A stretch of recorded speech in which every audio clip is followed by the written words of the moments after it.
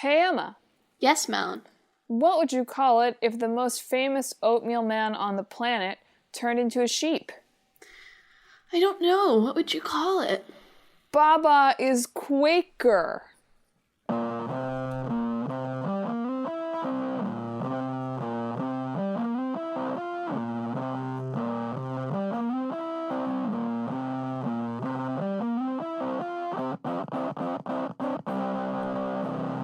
Hello, and welcome to Talk This.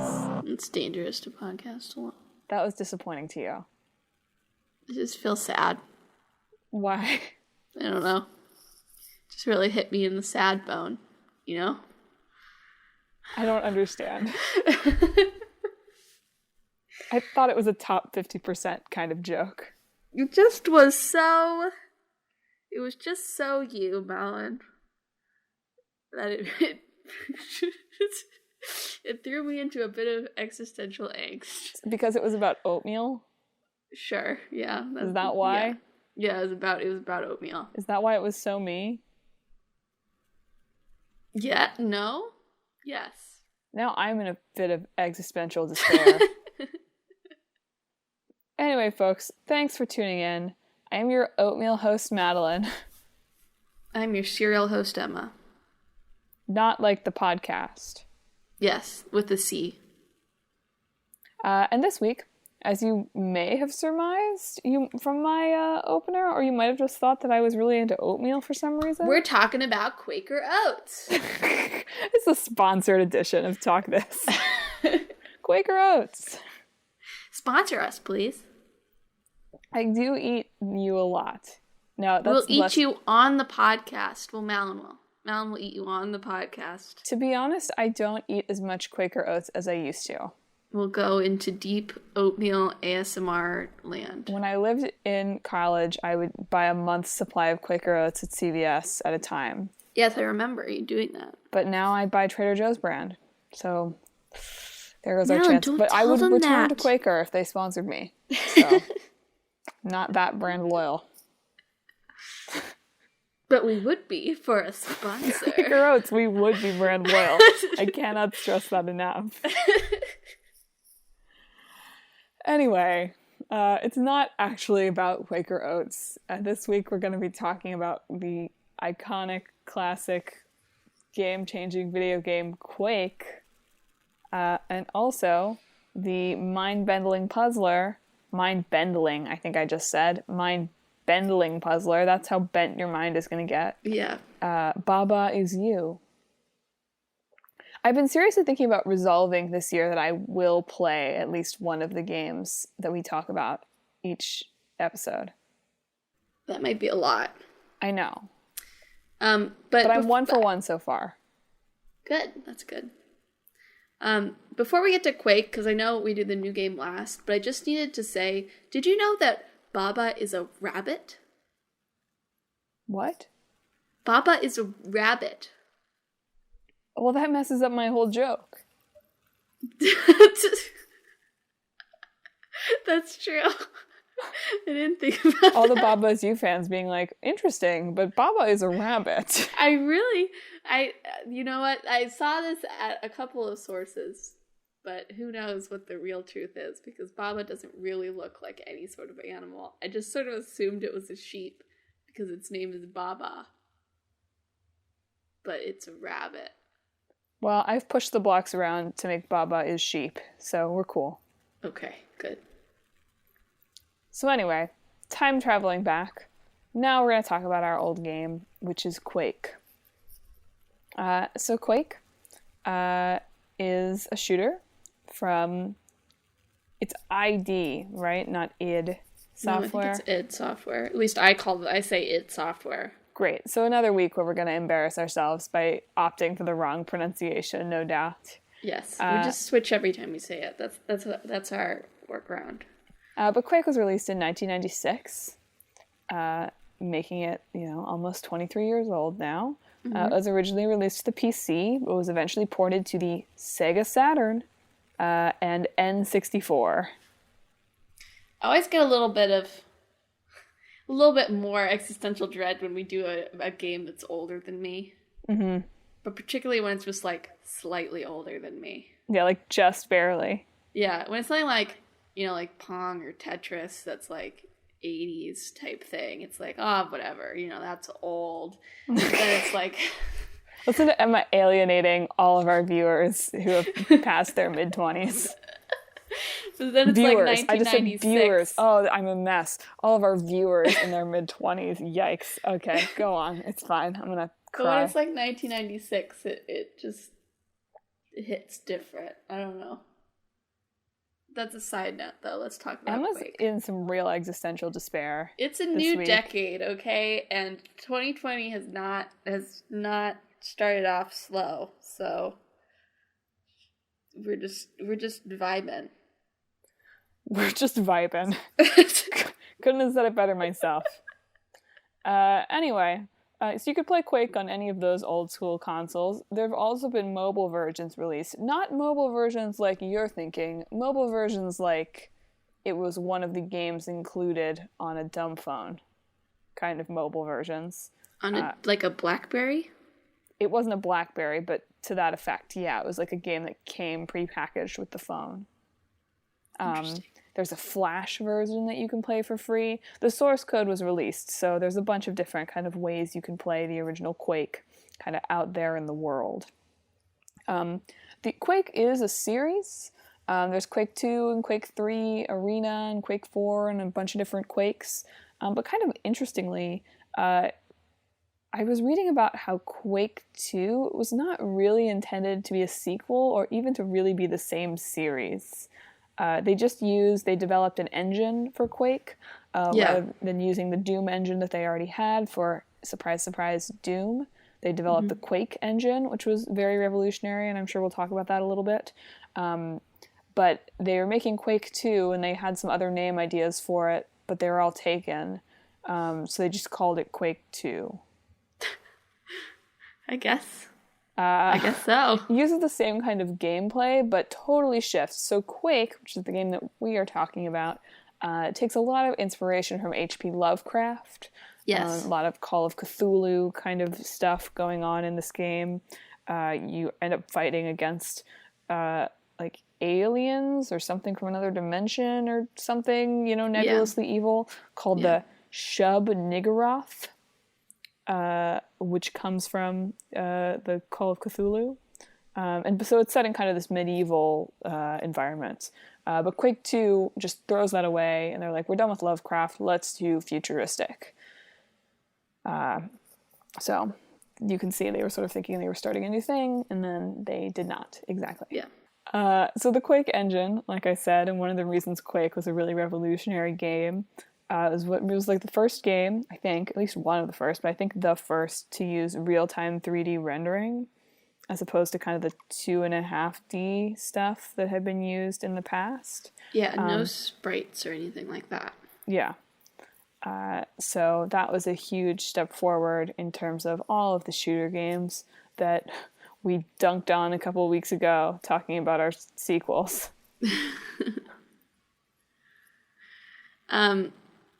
Yeah, so basically that the Quake engine allowed for 3D, full real-time 3D rendering.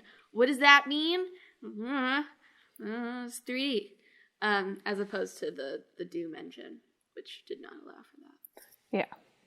Yeah. So here's Madelyn's lore corner. Don't worry, I haven't gotten too much into it. So you play as a character called Ranger, voiced by Trent Reznor of Nine Inch Nails, which also did the soundtrack to the game, which is really funny. I would like to see more. I realize Nine Inch Nails is not like a pop band, but it's a band that I've heard of. Mm-hmm. I'd like to see more bands that I've heard of do video game soundtracks. Yeah. Well, you've got Skrillex.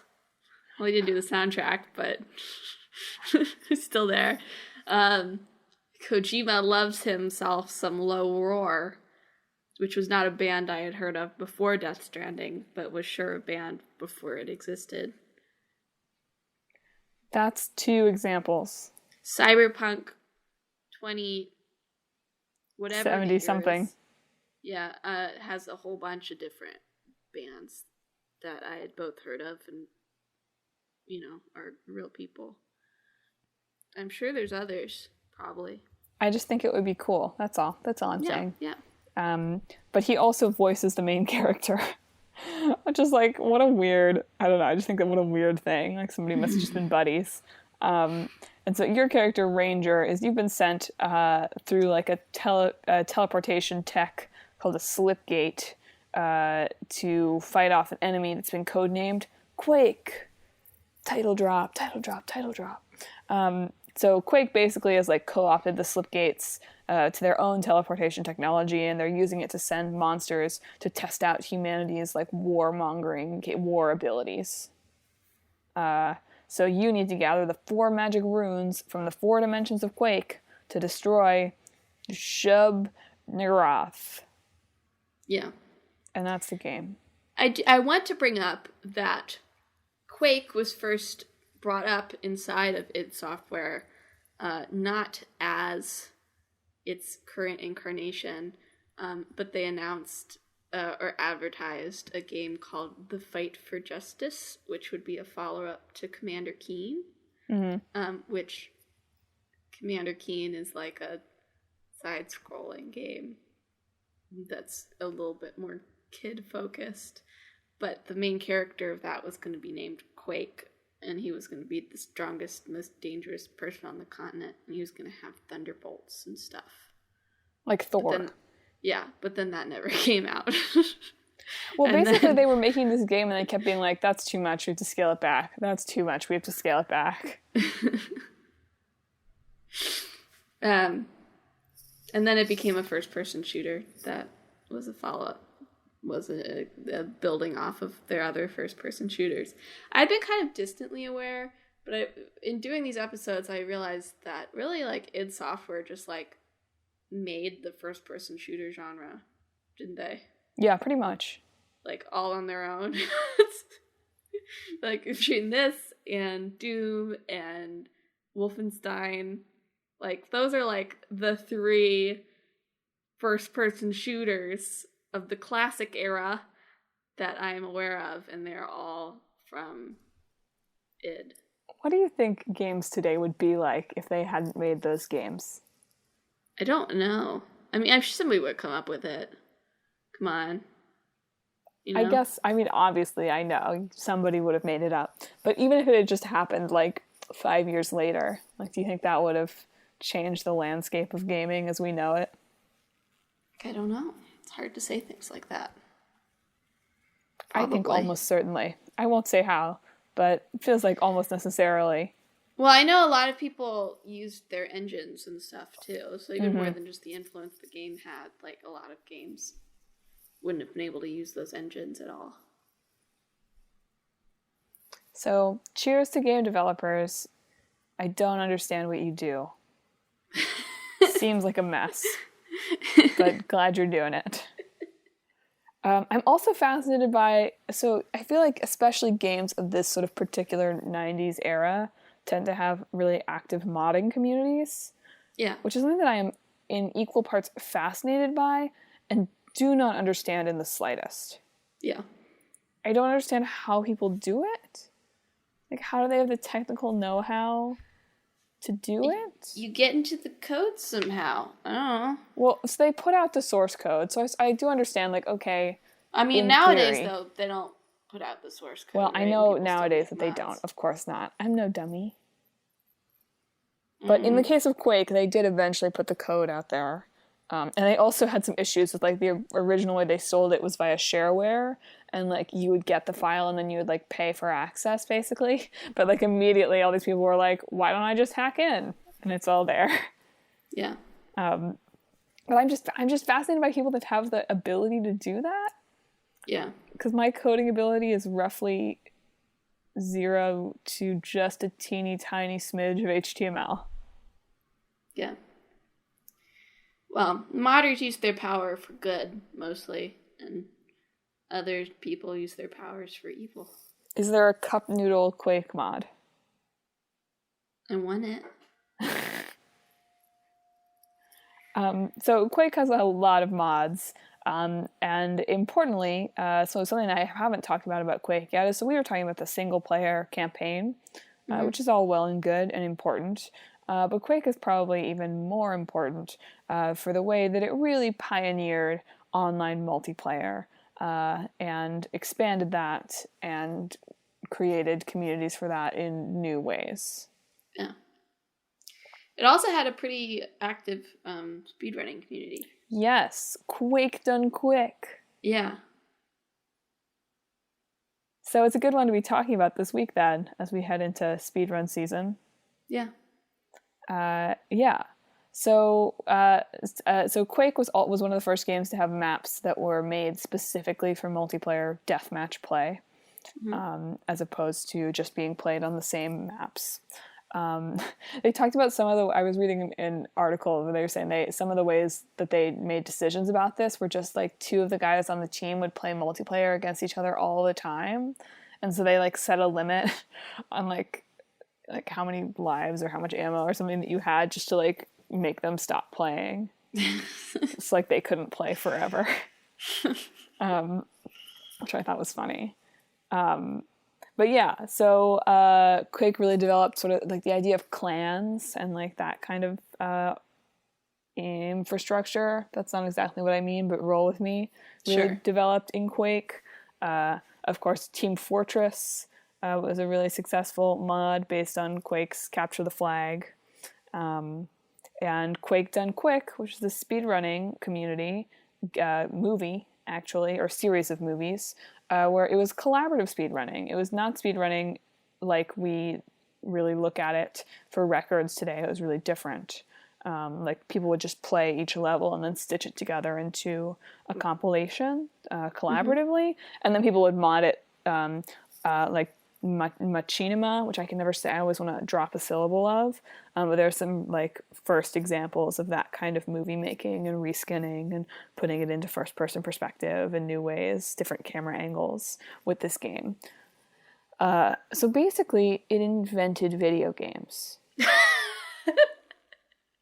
Also, esports. Quake was one of the real first games that was played as an esport. Yeah. So, no story yet. Story will not be invented for about another 15 to 17 years. But video games invented here. Well, it's not video games, but certainly I'm just a lot kidding. of aspects of the video game community, yeah. Well, that we still have around today. A lot of what we talk about and a lot of where the money is in video games certainly sees a lot of its foundations here. Yeah. Which is fascinating from a game that I would not have heard of. I mean, I'd heard of it in doing the podcast, right? But in my casual gaming life, I don't play the kind of games or engage in the kind of community discourse that would lead to me to thinking about Quake, probably. Yeah. Which is just another little tidbit about just the ephemerality of video game history, isn't it? Yeah. I mean, I think it's also like, while Doom and Wolfenstein have sort of been revitalized and launched back into the public consciousness, or the gaming public consciousness at least, in the last few years, there was Quake 4, but I think that came out still several years ago at this point. Yeah, and it's a multiplayer experience.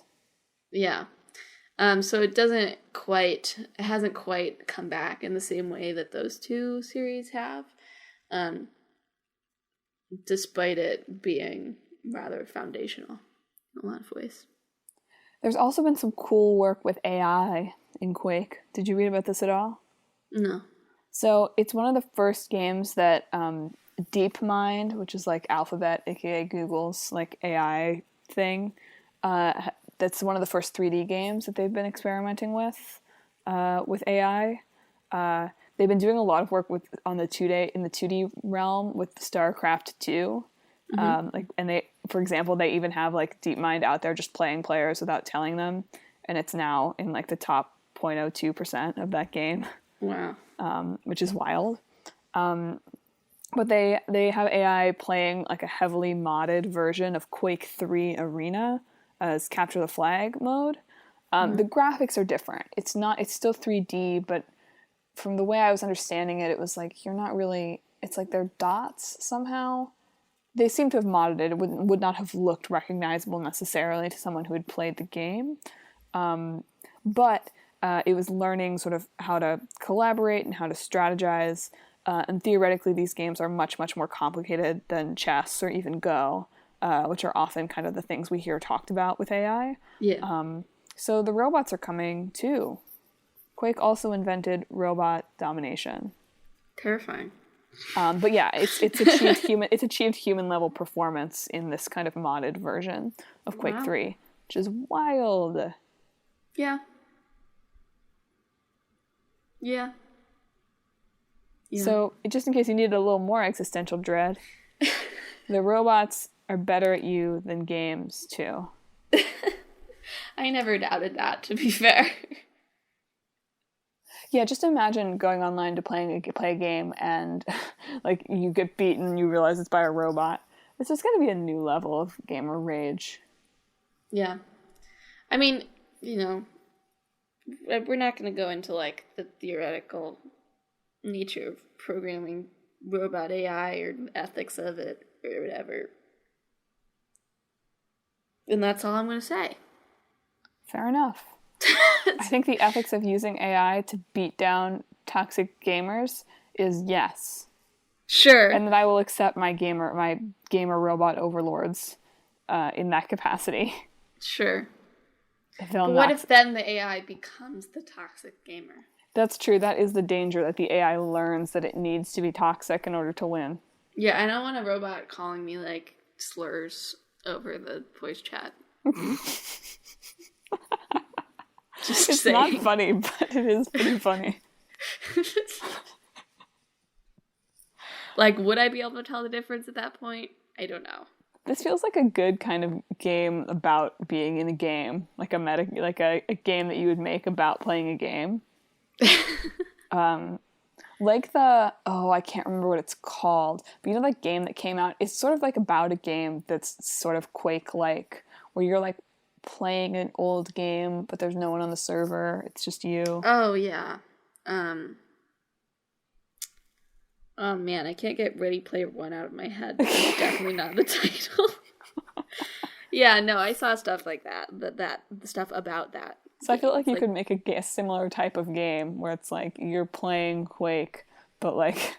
Maybe it's like no players online or something? Oh, it is something like that, yeah. Or like a game where you're playing the game, but you're also, like, how people are acting is teaching the robot how to play the game. So you need to not only play well, but manage the toxicity of people around you and either beat them down. Manage the toxicity?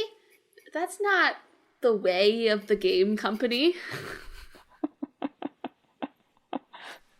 What is this managing of toxicity? No. You're like a player, and you've somehow discovered that one of the people you're playing against regularly is a robot. You've adopted it, basically. Well, yes, like an Area 51 for its alien. Behavior. Yes. But like basically, it becomes your responsibility to not only make sure that you're modeling good but also winning behavior for the robot, but that you're making sure that people who behave in toxic ways don't win. So the robot doesn't learn that like an integral part of winning is like screaming racial slurs or something like that. Yeah. I mean, you probably have to tone it down a little bit, maybe, because otherwise it would just be an unpleasant game for everybody involved. Games don't have to be fun, Emma. I know. I know games don't have to be fun. I don't know if games need to be emulating toxic gamers either. But if you're gonna go and play those kinds of games online anyway, you're gonna it's no different from what you're gonna face Fair online enough. Anyway. Yeah. But in this case, they're just characters. Yeah. Or are they? But we're not doing any mashup yet, and this wouldn't be it anyway. So. I know it's not a mashup. It's just me building. It's my Quake mod. There you go. How would you mod Quake? I don't know. Tell us, listeners. Hey, have you made a mod of Quake? Because it seems like everyone has. Yeah. So is it time to move on to a very, very different game? Yeah, I think so. What do you mean it's different? There's Lovecraftian horror and There's Baba no is you. Lovecraftian horror unless Baba is Cthulhu. Which I suppose There's is terror possible. unspeakable in Baba. Baba is Lovecraft. This puzzle is hard. How is it hard? It's just unspeakably hard. Just can't even describe how hard it is. Isn't that in the Lovecraft spirit? Very funny. Yeah, very funny. So our new game is Baba Is You, which I have actually played a little of. Some of, at least. Yay! So again, we're one episode for one so far. Let's see if I can keep it up. So it was released in March of this year. It's from game designer Arvi Tekkari, who's known as Hempuli, for PC and Switch. He's a student, or at least was a student at the time of making this game. Mm-hmm. Now he's probably a sort of rich guy. Right? Mm-hmm. Like sure, minorly wealthy. Yeah. And in Baba Is You, you move stuff around in space to solve puzzles. Specifically, well, not just words, but specifically words. Yeah, so basically, in a lot of the reviews that I was reading where there's getting into the, like, meta nature of this, but you're creating the rules of your game and thinking about the rules. And so by moving around words and elements, you're able to determine what is able to be pushed and what you control and what the terms of victory are. And the whole fun of the puzzle is manipulating that to make it possible to win. Yeah. So, like, the very first level, like, introduces you to the basics, right? Like, it shows you, wall is stop, right? So the wall means that it's stop. You can't go past them. Flag is win. So you want to go to the flag in order to win. And, like, Baba is you. So Baba is the character that you are controlling. So it starts off with using the, like, something is something a lot in terms of something is verb mostly. Not that you is a verb, but you get what I mean. And then it starts mixing things up of, like, you can turn objects into other objects by using is. So, like, rock is Baba. We'll turn all the rocks into Baba. And then it starts adding ands. And then it starts adding thens. Does it add thens? I feel like it does. It's been a bit since I played this. So there are over 200 levels in this game. So neither, well, I assume neither Emma nor I have finished the game. Yeah.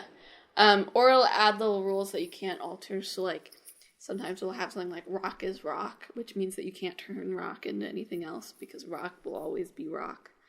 And it'll add a whole bunch of other verbs too, like melt and open and close and hot and defeat and stuff like that. And you have to sort of figure out how to manipulate all these words into rules that allow you to win in some way.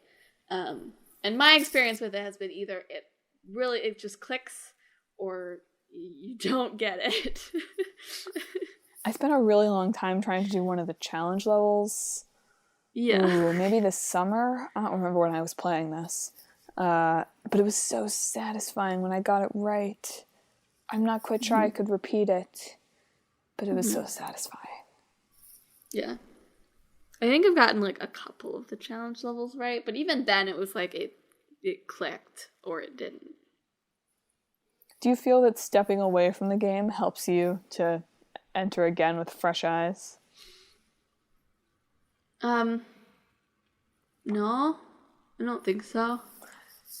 I came back to it recently and I felt like I just moved on to the next world because I was still stuck on the puzzles that were in that world. So I didn't come back to it with fresh eyes. I came back to it with the same dumb eyes. I did see a fair number of reviewers saying, oh, often I would come back and I would, when I wasn't so sucked into it, I would see how to do it. Or, it's great that it's on the Switch because it's so easy to put down when you get frustrated. Mm-hmm. I mean, that's fair, yeah, right? Like, This is a game that you don't want to play Baba Is You for like 3 hours, unless maybe you do. Maybe you want to do that to yourself, but I feel like it's I could certainly see not Flip one Boyfriend I and can I play. playing it for 3 hours. Well, I think it's a little different when you have somebody with you, because then you have like 2 sets of eyes on it, whereas it's just you playing it for 3 hours straight is pretty much just asking yourself to get into a bad mood. You is grumpy. You is grumpy. Yeah.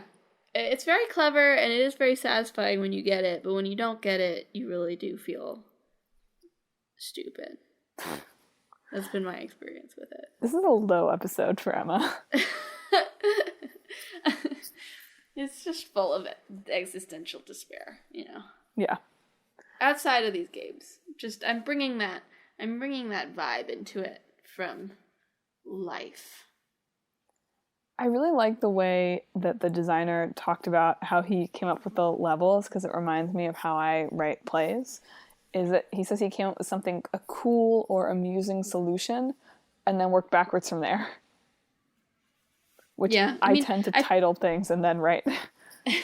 I mean, I feel like, like for something like this, you have to know the solution first, right? Because otherwise I feel like you either design something too obvious or something too obtuse, right? But if you know the solution and then work backwards from the solution, you can make something that seems mostly satisfying and fair. Something that's also great about this game is that it has a very easy rewind button. Yeah. So if you figured out part of the puzzle but not all of it, you can go back. That said, if you use the rewind button, don't say you've beat the game.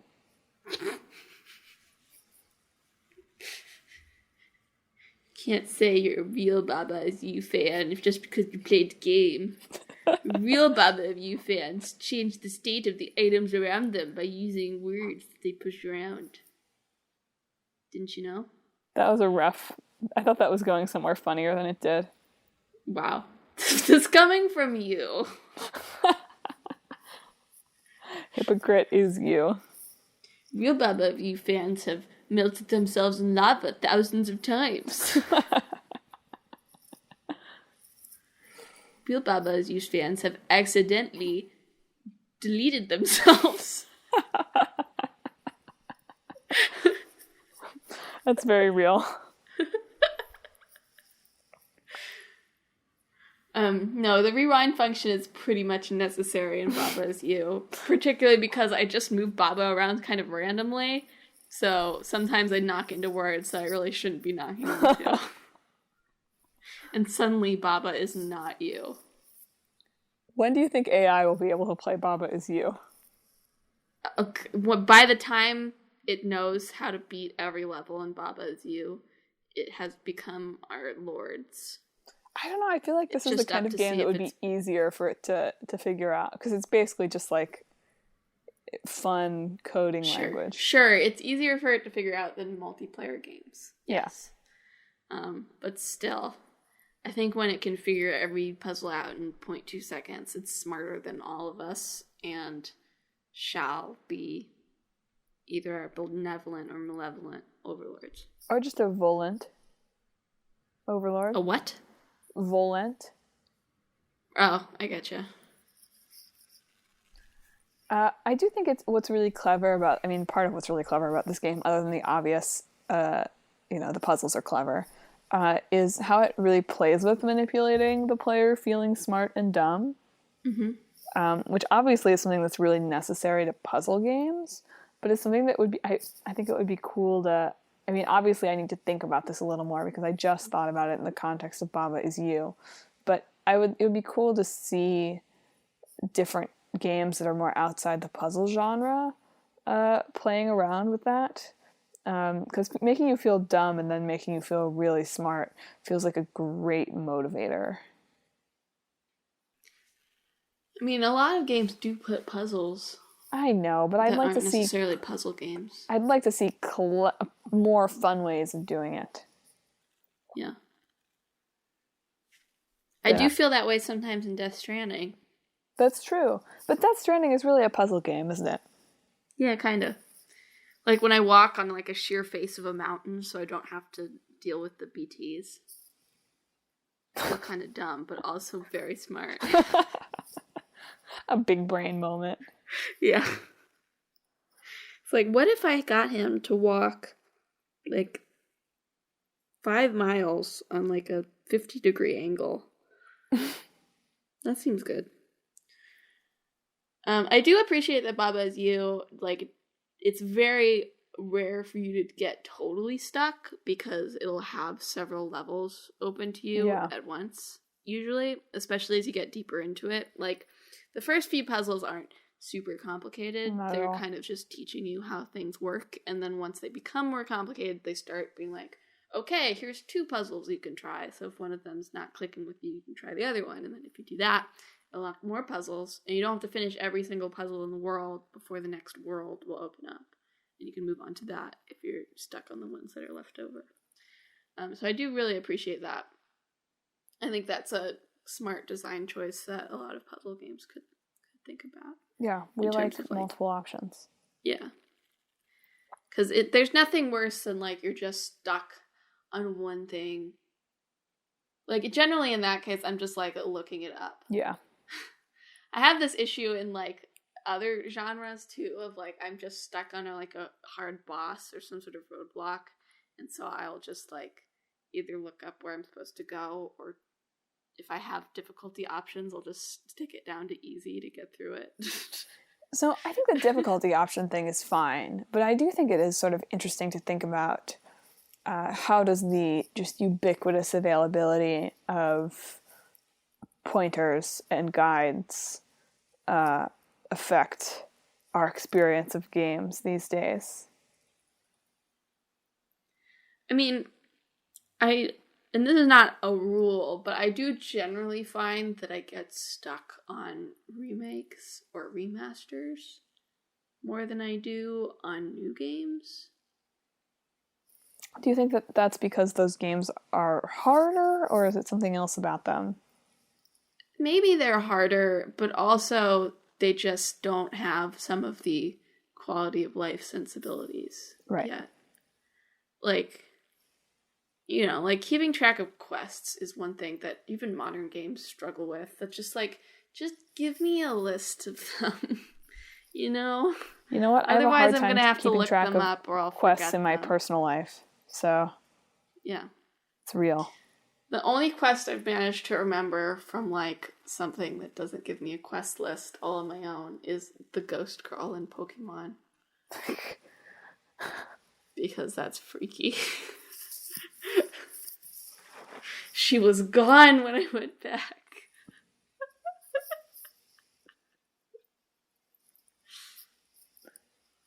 A truly good, truly useless quest. Yeah. So at least make them, you know, memorable if you're going to put them in there, and then not give me any way to remember them, I guess. But I guess what I'm saying is, so I think it's great how this game manipulates you into feeling really dumb and really smart, and manipulates your feelings that way. And that another way games would probably often manipulate your feelings in a similar way is making you feel really frustrated because something is hard or difficult to understand or difficult to figure out, and then feel really satisfied when you figure it out. Right? That frustration, light bulb satisfaction, or not even necessarily figuring it out, but frustration, like, it has to be this strategy kind of moment. But that must be something that is a lot harder to bet on in this day where the Madelyns of the world can just be like, this is hard. How do I find this Pokemon? Yeah. See, I find it less frustrating when I just haven't figured it out yet than when I feel like I figured it out, but I can't get it to work. You know? So that's real, of course. And that, I agree, is something that particularly frustrates me. And it's why I'll probably never be certainly will never be a speedrunner. Yeah. Right? Because so, like, translating that to Baba's You, it's like when I know all the words I can move around and I feel like I've tried every single configuration of them and I still can't get it to work. Oh, I feel like that's different, though, because in Baba Is You, the moving the things around and trying to find the path, like, that's the game, right? Sure, but I always feel like when it's clicking with me, it's like because I haven't considered a word. Whereas the levels that are really frustrating for me is when there's like 4 words that are movable and it just doesn't work. But I think that's sort of fundamentally different from like a game, like let's say it's like a tricky platforming level, or it's a tricky boss or something, and you figured out, oh, I have to make these 10 jumps, or I have to make these button inputs in this order. But even though you figured it out, you haven't like physically, technically mastered it. That frustrates me a lot. More than, for example, say a game like, or in a different way at least, than a game like Baba Is You, where, yeah, I might not see how to get something the way that I want to get it, but like that is the game. I guess I just mean that to simplify it super a lot, because different games have different mechanics than Baba Is You and more complex really ones, and more options to work with. But I feel like I get frustrated when I feel like I have all the information and I can't figure it out, versus like I haven't tried something yet. You know? Yeah. Like, oh, I tried this boss super aggressively a couple times and it's not working.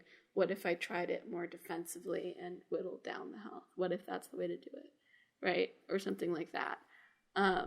So I like, if I have more options at my disposal that I haven't tried yet, that's less frustrating than when I only have this limited amount of options and I feel like I've used them all. I guess to me, Baba Is You is a little bit more like, this would be a weird comparison, but like playing DDR on like super expert mode. I guess so. Where even if I could like explain to you like this is the exact way that I have to step, theoretically, I still might. No, I think this is not exactly the comparison. Yeah, I think that's backwards. It's the backwards comparison. Well. Like right now, as I'm trying to explain this, and I feel like I understand it, but I cannot. That's like Baba Is You. No, I'm just trying to talk about, like, you asked about frustration generally in games, but also I wanted to keep it tied to Baba Is You, so I was trying to make a comparison there. Staying on the topic we're supposed to be talking about? Yeah. What show do you think you're on? Well, anyway, Baba Is You is supposed to be releasing a level editor in 2020. Oh, that's fun. There should be some very boring, but also hopefully some dope user-created levels. Yeah. Send me all the very boring ones so I can feel like a super genius. So, shall we make a mashup here? I guess so. This is almost impossible. Cthulhu Is You. It doesn't feel fair to just make it like a mod of Baba Is You, though. But Cthulhu Is You is so catchy. Cthulhu. Cthulhu is Cthulhu. But it's not really Cthulhu, it's like an octopus.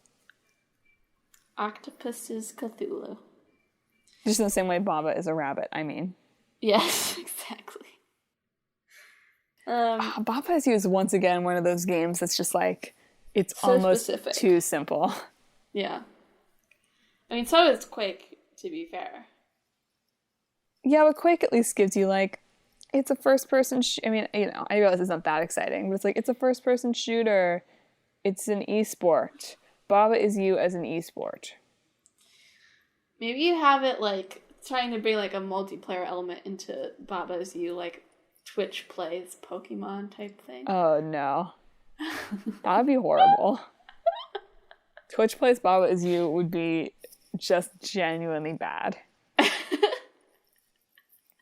How long would it take them to solve the first level? Who knows?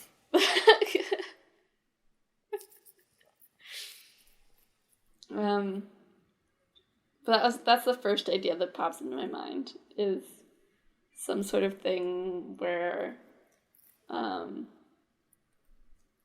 you're sort of, I guess, maybe like competing as to who can solve the puzzle first. Like maybe you have like 2 rooms set up on either side and there's 2 Babas. Okay. But maybe what you do on the other side also affects. Right. So that was what I was going to say, is there has to be like a brutal element of it where you can like move things around to make it like other Baba is dead or something like that. Not like that exactly, but more handicappy.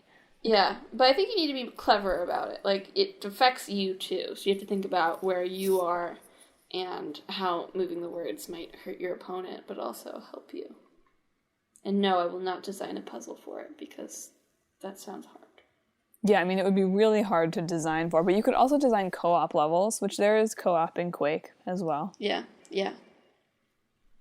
Co-op levels feels a little simple, though. Like, it feels like just like Baba's you, but you happen to have two people playing, which I guess isn't bad, certainly, but... I'm just saying, I think it's fine that exists. I don't think as many people play co-op Quake as play, like, deathmatch Quake.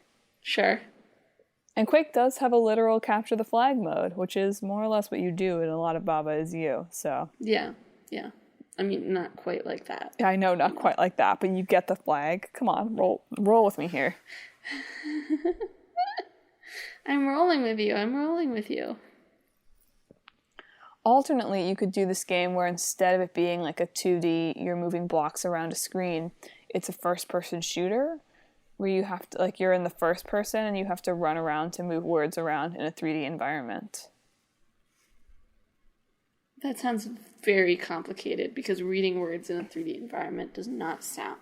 That's part of the puzzle. Fun. Doesn't sound fun. Games don't have to be fun, Emma. But maybe this one does. Fine. I was trying to come up with something that it was more Quake-based, but it's difficult. You shoot Babas. No. No. Not that. I guess if I put some like dope kind of, I don't know. In Quake, you have little bunny friend. Okay, I'll give up on it. You're right. It's a bad idea. Can solve puzzles for you. No, I'm giving new ideas, Madelyn. No, these are bad ideas. I'm just gonna throw some music, Nine Inch Nails style music into Baba. Nine Inch Nails style music in Baba is you would be extremely powerful. And it's like while you're doing this like fighting each other thing. How many people can play at once though?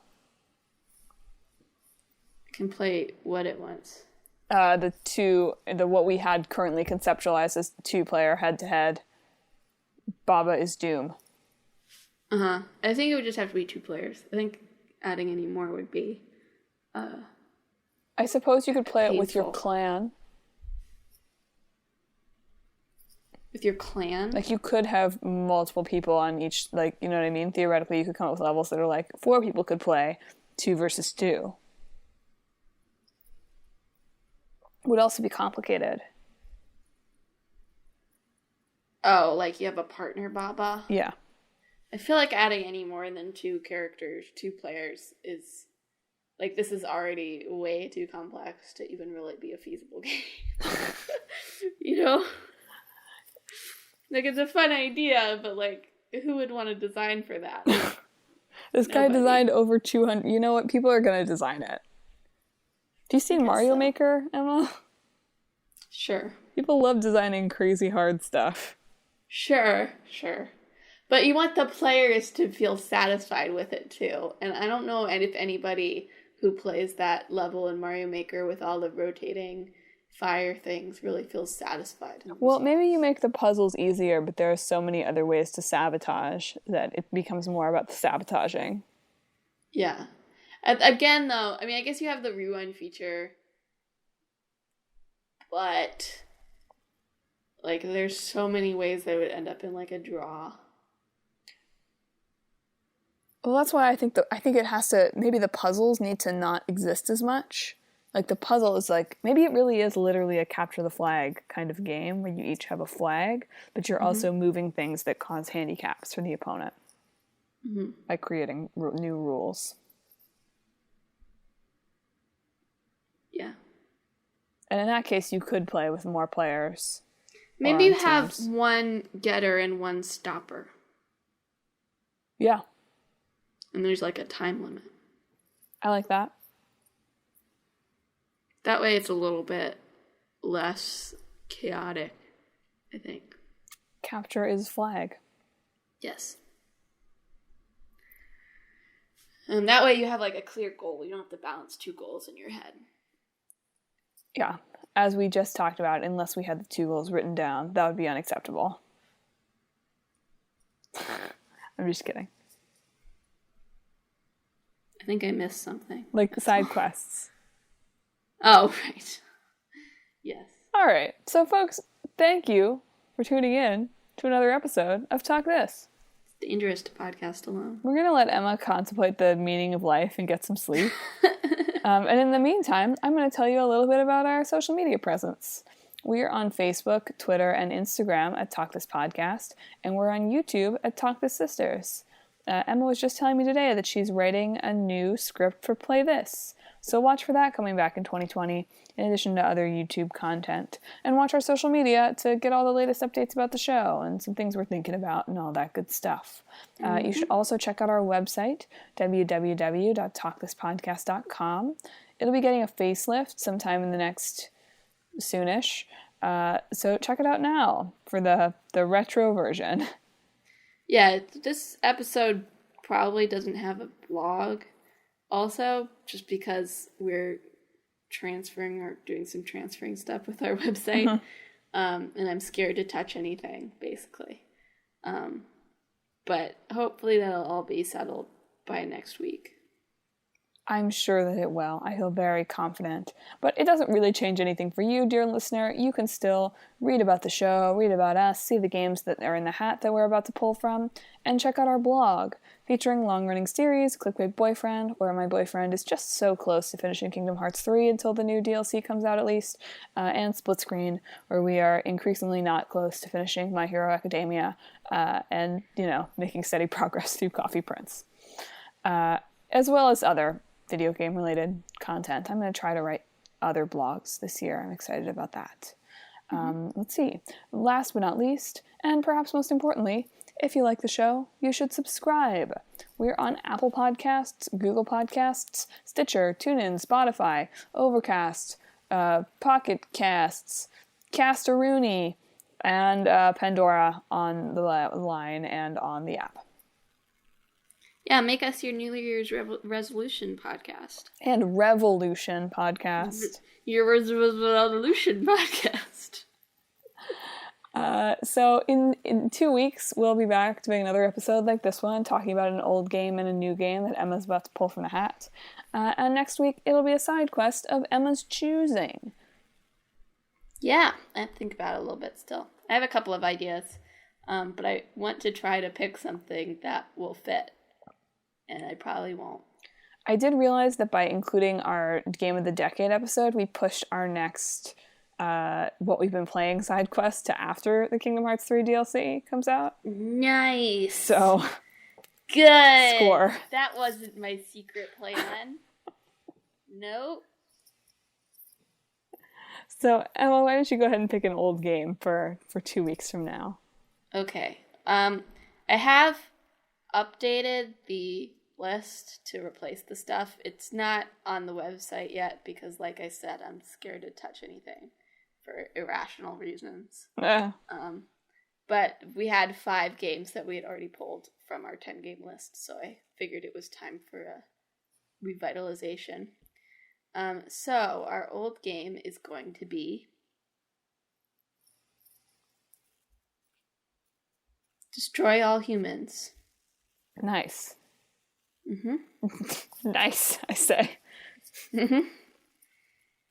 And our new game is going to be...